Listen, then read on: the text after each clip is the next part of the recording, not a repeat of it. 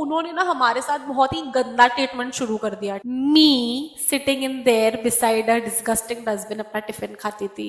I remember मैं एक बार washroom के अंदर बेहोश हो गई थी। मुझे याद है हमें वहाँ पे क्लॉस्ट्रोफोबिक फील होता था because Yo, hello, hi, sound check, mic check. This is probably going to be the very first video where I don't want you guys to relate with me. यार मतलब मेरे पास ना कोई स्क्रिप्ट नहीं है तो मुझे समझ में नहीं आ रहा मैं कहाँ से शुरू करूँ और क्या क्या बताऊँ। बट आई जस्ट विश कि जो भी ये वीडियो देख रहा है उसकी स्कूल लाइफ अच्छी रही हो या वो अभी भी अगर स्कूल में है तो अच्छी जा रही हो। बिकॉज मैं कितनी बार अभी विश करती हूँ कि मैं वापस काश जा पाती और एक अलग तरीके से मेरी स्कूल लाइफ जी पाती, but it's not going to happen. Anyway let's start. So मेरे स्कूल में basically you know IGCSE section था जो कि इंटरनेशनल बोर्ड था एंड SSE सेक्शन था जो कि हमारे महाराष्ट्र का स्टेट गवर्नमेंट बोर्ड है। तो मेरी स्कूल ना बहुत ही मतलब पहले तो सब अच्छा चल रहा था। मेरे बचपन में जब प्राइमरी में थी मैं, मतलब मेरे दोस्त थे, मुझे मजा आता था जाने में, ऐसे मतलब नॉर्मल जैसे बच्चों का रहता है, इतनी अक्ल नहीं होती है तभी तो स्कूल ही ऐसे सब कुछ होता है, तब तो बहुत ही सॉर्टेड चल रहा था। बट जैसे जैसे मैं सेकेंडरी में आई ना मुझे बहुत कुछ चीजें पता चलने लगी कि ये स्कूल बहुत ही ज्यादा डिफरेंशिएट करती है between both the boards. Basically क्योंकि IGCSE की फीस ज्यादा होती है और उनके डिवीजन ज्यादा होते हैं, तो ABCDE IGCSE सेक्शन होता था एंड FNG SSE सेक्शन होता था एंड मैं हमेशा F में रही हूँ। 10th में जाके आई थिंक मैं G में गई थी। We did not realise, but बाद में जब जाके हम 8th 9th में आए ना तब उनका बहुत ही ज्यादा हो गया। बिकॉज आई थिंक स्कूल ने तब डिसीजन बनाया था कि we want to totally eliminate SSE and हमको फुल्ली इसको IG बनाना है। तो उन्होंने ना हमारे साथ बहुत ही गंदा ट्रीटमेंट शुरू कर दिया। ठीक है, अब मैं बताती हूँ कैसे। स्कूल फुल रेनोवेशन में चली गई थी एंड हमारी जो भी वेकेशन चल रही थी हम वेकेशन से आए। सो आई रिमेम्बर जब मैं छोटी थी तो मेरे जो भी फ्रेंड्स के सिबलिंग्स हायर वाली क्लास में थे ना, होता है ना हमेशा कि हाँ एक बड़ा सिबलिंग है स्कूल में, तो वो सब जब भी 10th में थे ना तो उनको 4th फ्लोर में बिठाया जाता था। 4th फ्लोर पे ना एयर कंडीशन क्लासरूम्स होते थे सारे 10th स्टैंडर्ड के बच्चों के लिए। तो हम छोटे थे तो हम विश करते थे कि यार कब हम जाएंगे 10th स्टैंडर्ड में, हमको वो मस्त वाला क्लासरूम मिलेगा AC वाला, एंड यही विश करते थे हम। फिर जब हम वेकेशन से आए और रेनोवेशन चल रहा था हमने रियलाइज किया कि स्कूल वालों ने 1 to 3 सारे फ्लोर्स रेनोवेट कर दिए फुल्ली, बहुत ही ज्यादा तगड़े मस्त एकदम फर्निश्ड।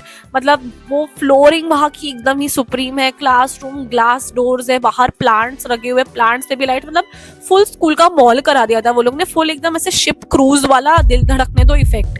एंड बाथरूम्स भी इतने अच्छे कर दिए थे, मतलब वो मॉल्स के रहते ना छोटे छोटे कैबिनेट्स वाले, मतलब एक ही वॉशरूम में 7 to 8 यूज करने वाले लैट्रिन्स टाइप, मालूम है तेरे बाप को मत सिखा चल, वो कर दिए थे। एंड मतलब उनकी classrooms was something else. And 4th floor ना उन्होंने रेनोवेट नहीं किया था, मतलब वो पेंडिंग था रेनोवेशन के लिए। उन्होंने बहुत स्मार्ट प्ले किया एंड सारे जो भी सेकेंडरी के SSE वाले क्लासरूम्स थे उन सबको चिपका दिया 4th फ्लोर। ठीक है, मतलब पहले कैसा होता था 10th ABCDEFG होते थे 4th फ्लोर पे, अब उन्होंने रख दिया ऐसा 6th स्टैंडर्ड का F और G, 7th स्टैंडर्ड का F और G, 8th का F और G, 9th का F और G, 10th का F और G, सब F और G वाले 4th फ्लोर पे जाओ।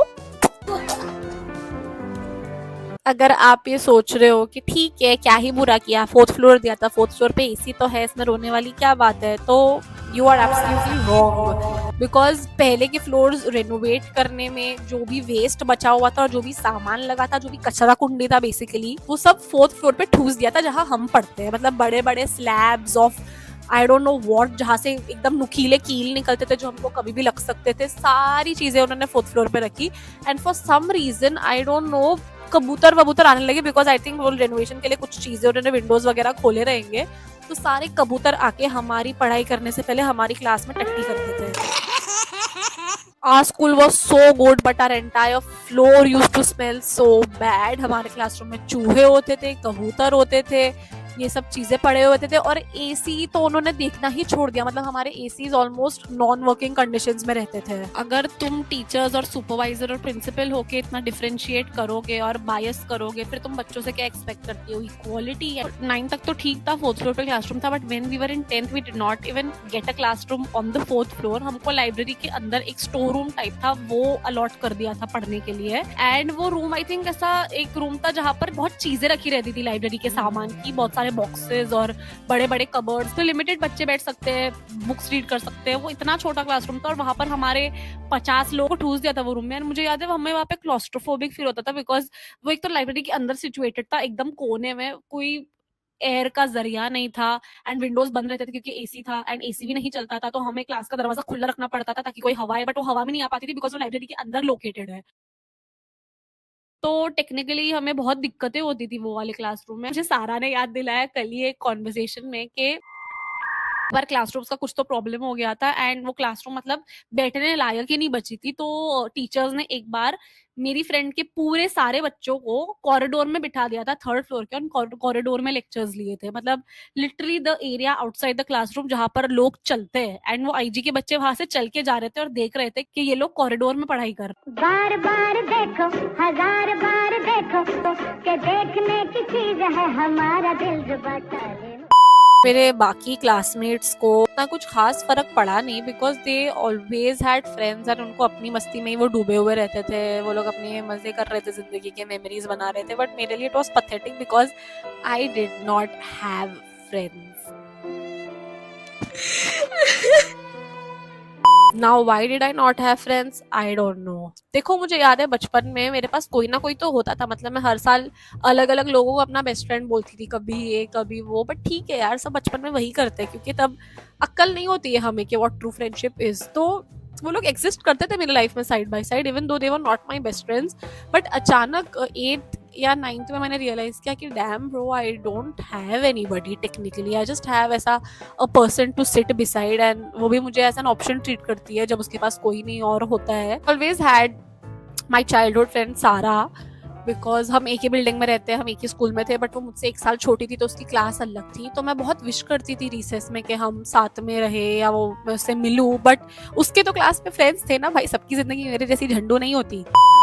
तो वो अपने क्लास के फ्रेंड्स के साथ रहती थी। And guess what, you know, I had this problem कि मुझे ना ऐसा अकेला खड़े रहना अच्छा नहीं लगता है। मतलब I want someone to be with me. मुझे ऐसे सामने की दुकान में भी अकेले जाना अच्छा नहीं लगता है। अभी की बात नहीं कर रही हूँ, अभी तो मैं जा सकती हूँ of course, but I always needed someone with me. मुझे याद है मैं ऐसे छोटा ग्रोसरी शॉपिंग के लिए भी मम्मी भेजती थी, तो मैं सारा को बोलती थी चल मेरे साथ। तो ब्रेक में अकेले अकेले खड़े रह के खाना was really difficult for me. And by the way, मेरे स्कूल की बहुत ही एक अजीब सी रूल बुक थी, जो रूल लिखा हुआ था कि क्लास में खाना अलाउड नहीं है। मतलब खाना क्या, ब्रेक में रहना ही अलाउड नहीं है क्लास में। Even if you are fasting, you are not allowed to eat. तबीयत ठीक नहीं है पे कभी कभी अलाउ कर देते थे, बट मोस्टली ये स्टूपिड रूल था कि क्लास में अलाउड ही नहीं है बैठना, खा रहे हो या नहीं खा रहे हो। आई डोंट नो व्हाई। अगर होमवर्क भी करना है तो बाहर आके करो। एंड बाहर भी कोई बैठने की जगह नहीं रहती थी, खड़े रहने की जगह रहती थी बस। अगर नीचे जमीन पे बैठना है तो बैठो, जहाँ पर पता नहीं क्या क्या गंदगी होगी, बट जमीन पे ऐसा लंबा सा बड़ा सर्कल बना के खाओ। बट बाहर तो मैंने बहुत ही स्टूपिड वे आउट निकाला, विच इज वॉशरूम में खाना। That's disgusting. And by the way, जो 4th फ्लोर की मैं बिचिंग कर रही हूँ, वो 4th फ्लोर का washroom was so bad, it was worse than a public शौचालय। जो नीचे आईजी वाले फ्लोर्स का वॉशरूम था, इट वाज फुल्ली फर्निश्ड, वहां पे ऑटोमेटिक सेंट छूटता था, एकदम बढ़िया, मतलब फुल फैसिलिटीज वाला। एंड हमारा ऐसा एक बल्ब लगा हुआ रहता था येलो कलर का, नॉट इवन ट्यूबलाइट्स। एंड पहले वो अच्छा हुआ करता था। आई डोंट अंडरस्टैंड कि उन्होंने उसको देखना ही क्यों छोड़ दिया और वर्स क्यों बना दिया। एटलीस्ट जैसा था वैसे रख देते हमारे लिए, हम खुश रहते। ये इतना डिग्रेड क्यों कर दिया। एंड वो बल्ब भी चलना बंद हो गया, हम अंधेरे में करते थे कितनी बार। वो वॉशरूम में खाना तो इम्पॉसिबल था, तो मैं नीचे 1 फ्लोर जाके आईजी के वॉशरूम में एक छोटे से क्यूबिकल में चले जाती थी, किसी को पता नहीं चलता था बिकॉज देयर आर 7 to 8 मोर, और वहां पर मैं खाती थी। And I don't know how I did that, and I did that for so long. And मेरी जो वो एक दोस्त थी, she also did not care कि मैं कहाँ जा रही हूँ ब्रेक में, या मैं उसके साथ रह सकती हूँ बट क्यों नहीं रह रही हूँ। वो मुझे सीधा ब्रेक के बाद मिलती थी जब बैठने का टाइम आ जाता। हर एक क्यूबिकल में एक डस्टबिन था, और डस्टबिन में वर्स्ट चीजें पड़े हुए होती थी। And me sitting in their beside a disgusting dustbin अपना टिफिन खाती थी। वाई निस्मन, इससे बेटर खड़े रह के अकेले खा लेती। क्यों? देखा आपने लापरवाही का नतीजा है। ऐसे ही पोलियो की खुराक न लेने से पोलियो आपके बच्चे को पकड़ सकता है। Now I know what you're thinking. You're thinking कि निस्मन तो नीचे का वॉशरूम जाके यूज कर सकती थी, तो इतना कलेश क्यों? My school teachers made a rule के एसएससी के गरीब सड़े हुए बच्चे नीचे जाके वॉशरूम आईजी वाला यूज नहीं करेंगे और गंदा नहीं करेंगे। अपने टट्टी बासुड़े बकवास वॉशरूम जो तुम्हारे फ्लोर पे लोकेटेड है वो यूज करो। इसके बाद जो भसड़ हुई है ना, ये भसड़ मैं जिंदगी में कभी नहीं भूलूंगी। तो जब हमें ये बात बताया कि तुम जाके नहीं यूज कर सकते हो ब्ला ब्ला ब्ला, हमारे क्लासरूम के लड़कों ने जाके रिसेस में आईजी के वॉशरूम का बेसिन वगैरह सब तोड़ दिया। See I am not supporting this behaviour, but I am assuming कि हमारे फ्लोर का बॉयज बाथरूम शायद गर्ल्स बाथरूम से भी ज्यादा टटेश होगा। तो मेरे क्लास में जो लड़के थे तभी उनका होगा कुछ माइंडसेट ऐसा कि उनको भी लग रहा होगा कि तो कुछ ज्यादा ही हो गया, तो उन्होंने ये किया एंड इंस्टेंट वही दिन एक रैंडम असेंबली रखी हमारे क्लासरूम के बाहर और प्रिंसिपल मैम आ गई और उन्होंने बोली कि वी सॉ सीसीटीवी कैमरा में, कौन था हम नाम नहीं लेंगे बट ये हुआ है। भाई हमारे क्लासरूम के बॉयज अलग जंगली बने हुए थे, टीचर्स को रुला देते थे, पता नहीं कुछ अलग ही ब्रीड ऑफ मस्तीखोर बच्चे हो गए थे हमारे क्लासरूम में। आई थिंक ये सब चीजें देख के हाँ। और अभी मुझे याद आया कि 10th स्टैंडर्ड के टाइम, जो कि हमारी जिंदगी का बहुत ही ज्यादा क्रूशियल टाइम था बिकॉज बोर्ड्स, तब हमको इंग्लिश के लिए ऐसी टीचर मिली जिनको सिलेबस और पोर्शन और क्या होता है क्या नहीं उसके बारे में जीरो इन्फॉर्मेशन थी।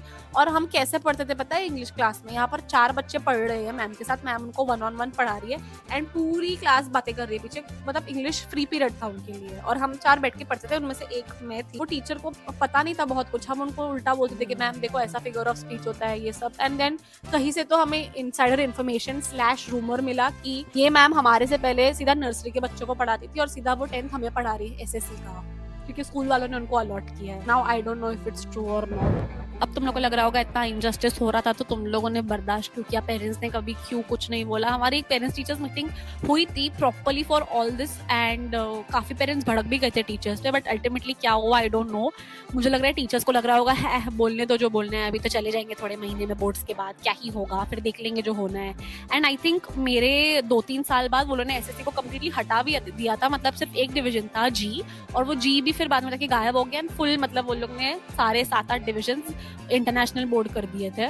सो दे वर जस्ट वेटिंग कि हाँ इनका टाटा बाय बाय चन्ना मेरे यहाँ हो जाएगा फिर तो हम अपनी जिंदगी जिएंगे। Yo see all I want is your school memories to be good. तुम्हें ऐसा नहीं फील होना चाहिए कि कब खत्म होगा यार, या मैं कब यहाँ से बाहर निकलूंगी। जब पासिंग सर्टिफिकेट या लीविंग सर्टिफिकेट लेने जानी हो यू विल फील लाइक हाँ this is the best day of my life because I never have to return here again. ऐसा नहीं होना चाहिए तुम्हारे साथ। I have just wished and prayed for my school life to end because it was very dull in general. अब जब मेरी heavy adulting हो गई है and I look back to those times I have realized कि मेरा वो 1 साल जिंदगी का इतना हॉरिबल क्यों था। इट वाज बिकॉज मेरी बिल्डिंग में कुछ नए लोग आए थे एंड तब मैं बिल्डिंग में ऐसा मतलब खेलने जाती थी, बहुत एक्टिव सिटीजन थी मेरे बिल्डिंग के ग्रुप की एंड हमारा ऐसा व्हाट्सएप ग्रुप वगैरह सब बहुत अच्छे मतलब दोस्त थे हम सब। तो हमारे बिल्डिंग में कुछ न्यू लोग आए थे that do not deserve that particular place in my life and I regret कि वो लोगों को मैंने अपनी जिंदगी में जगह क्यों दी and I wish to God कि ऐसे लोग कभी किसी को भी ना मिले और ऐसे गंदे मेमोरीज किसी के भी ना बने। और वो बिल्डिंग में बहुत ही हॉरिबल चीजें हुई है मेरे साथ जिसने मेरा दिमाग ही घुमा दिया है एंड वो सब चीजें मुझे नहीं डिस्कस करनी यहाँ पे ऑफ कोर्स। ये सब चीजें मुझे मेंटली इतना अफेक्ट कर गई है कि मेरा स्कूल लाइफ भी वैसा ही रहा था। फिर मतलब मैं एकदम जोन्ड आउट रहती थी पूरा टाइम, मुझे बस रोना आता था स्कूल में। मतलब मैं जितना सीनियर केजी 1st स्टैंडर्ड में मैं नहीं रोई हूँ उतना मैं 9th स्टैंडर्ड में रोई हूँ। मुझे जाने का ही मन नहीं करता था, मैं बहाने मारती थी रोज स्कूल की छुट्टी लेने की और एटलीस्ट वंस अ वीक में नहीं जा पाती थी और मैं बहुत ही मतलब एक अलग ही माइंडसेट में थी। I basically needed therapy back then. Have moved on but हाँ यार आई जस्ट विश्ड के बेबी निस्मन had a different life. Each day I just wished के दिन कब खत्म होगा, मैं कब यहाँ से निकलूंगी। बहुत ही गंदे थॉट्स आते थे मुझे। We will use this as a stepping learning stone. I am very happy those people have gone away from my life for good. मैं जब 6th या 7th में थी तब मेरी बहन ने डिसाइड किया था वो हॉस्टल चली जाए पढ़ने के लिए एंड वो भी बहुत बड़ा इम्पैक्ट प्ले किया था मेरी लाइफ में। मतलब मुझे तभी रियलाइज नहीं हुआ but with the snap of the finger मेरी पूरी लाइफ बदल गई। मतलब मैं अभी तक एक सिबलिंग के साथ रह रही थी, पूरा जिंदगी मेरा अलग था, किसी के साथ रहना, किसी के साथ रूम शेयर करना एंड अचानक एकदम अकेली हो गई मैं। बट मुझे लग रहा था मैं खुश हूँ बट अंदर से बहुत मेंटल चेंजेस आए थे मेरे लाइफ में। आई थिंक वो भी बहुत बड़ा की हो सकता है ये सब चीजों में। एंड मेरी पूरी स्कूल लाइफ में एक ऐसी टीचर नहीं थी सेकेंडरी में जो जानना चाहती थी कि मेरे दिल और दिमाग में क्या चल रहा है, या एक ऐसा वो एक बॉन्ड होता है ना, वो मेरी कोई टीचर से कभी नहीं बना है। And the craziest part is even my mom was a teacher but not in my school, in another school. And उनका जो connection था students के साथ, मतलब उनको teaching खत्म किए हुए 1 साल हो गया, बट अभी तक वो स्टूडेंट्स इतना अच्छे से टच रखते हैं उनके साथ. They are so emotionally attached to my mom. वो लोग यहाँ वहाँ बुलाते हैं, उनके लिए गिफ्ट्स भेजते हैं, उनको हर बर्थडे पे विश करते हैं. अभी भी इतना मिस करते हैं. Like my Instagram DMs is full of messages from my mom's x students.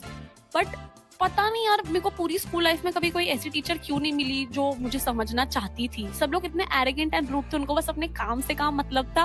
And अगर होमवर्क ना करो तो तुम्हें चिल्लाते थे, तकलीफ देते थे. उनको कोई स्टूडेंट की कोई भी इमोशनल वेलबींग से फर्क नहीं पड़ता था. इन 9th the environment had become so stressful and so disgusting for me that I remember मैं एक बार वॉशरूम के अंदर बेहोश हो गई थी. एंड मेरे दोनों पेरेंट्स वर्किंग थे एंड मैं इतना फ्रीक्वेंटली बीमार पड़ती रहती थी 9th स्टैंडर्ड में कि किसी ना किसी को स्कूल आना पड़ता था मुझे लेने के लिए. एंड वो लोग के लिए भी बहुत टफ था बिकॉज मेरे डैड का जॉब था, मेरी मम्मी टीचर थी. हाफ भी उनको स्कूल छोड़कर आना पड़ा मुझे पिकअप करने के लिए बिकॉज मेरे डैड के ऑफिस से उनको जाने नहीं दे रहे थे. ये सब याद करके बहुत बुरा लगता है यार मुझे. I think this video is getting too long and मेरा rant अभी तक बाकी है, so we'll have to do a part 2. So please comment अगर तुम लोग को आगे की बकबक सुननी है या नहीं, because I have shot all the बकबक and it gets nastier. So अभी के लिए bye and wait for the part 2 guys. होता है जो वो होता नहीं, जिंदगी है झंड मेरी फिर भी घमंड नहीं.